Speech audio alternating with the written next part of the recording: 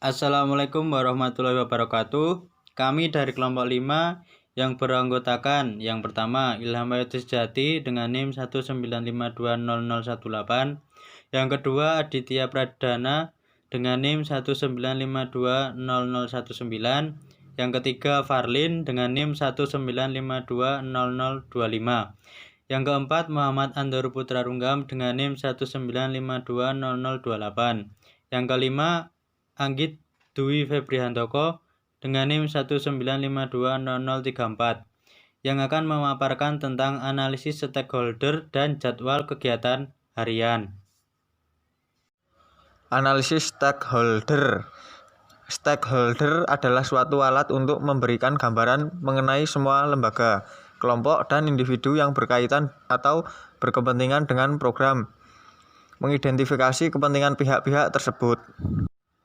Tujuan analisis stakeholder peserta latih mampu. Pertama, memfasilitasi proses identifikasi sejumlah lembaga yang berkaitan, berpengaruh terhadap program atau proyek. Kedua, menguasai teknik dan tahap analisis stakeholder dan mengidentifikasi peran dari masing-masing lembaga. Ketiga, merumuskan strategi fasilitasi dan metode analisis hasil kajian. Metode pertama, curah pendapat atau brainstorming adalah suatu kegiatan komunikasi yang membahas analisis tertentu untuk mentransfer informasi program pada sebuah divisi, kelompok, dan individu sesuai dengan pendapat masing-masing. Kedua, paparan adalah menjelaskan secara gamblang gambaran program. Ketiga, diskusi adalah melakukan pembahasan suatu program pada bidang atau tingkatan kelompok. Keempat, simulasi adalah sebuah kegiatan yang melaksanakan sebuah program. Media dan alat bantu. Pertama, spidol. Kedua, kertas pleno.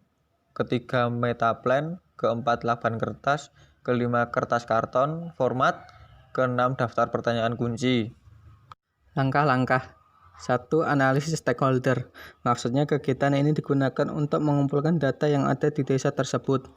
2. Menanyakan kepada peserta tentang pengetahuan, pemahaman, dan pengalaman mereka dalam kajian analisis stakeholder.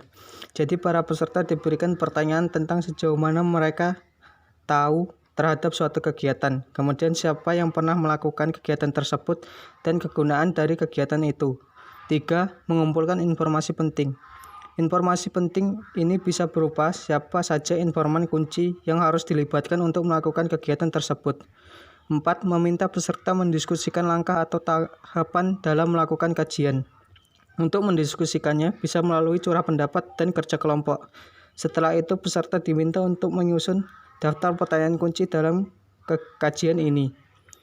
Dan yang terakhir mendiskusikan dan mensepakati bersama hasil kajian.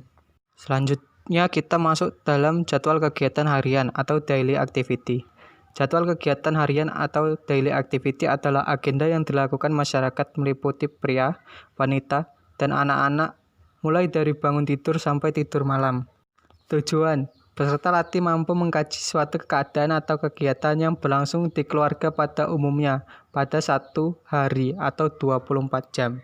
Metode pertama, curahan pendapat brainstorming adalah suatu kegiatan komunikasi yang membahas jadwal harian.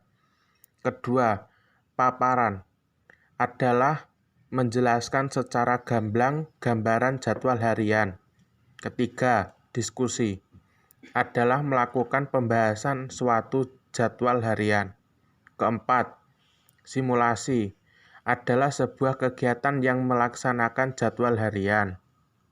Media dan alat bantu.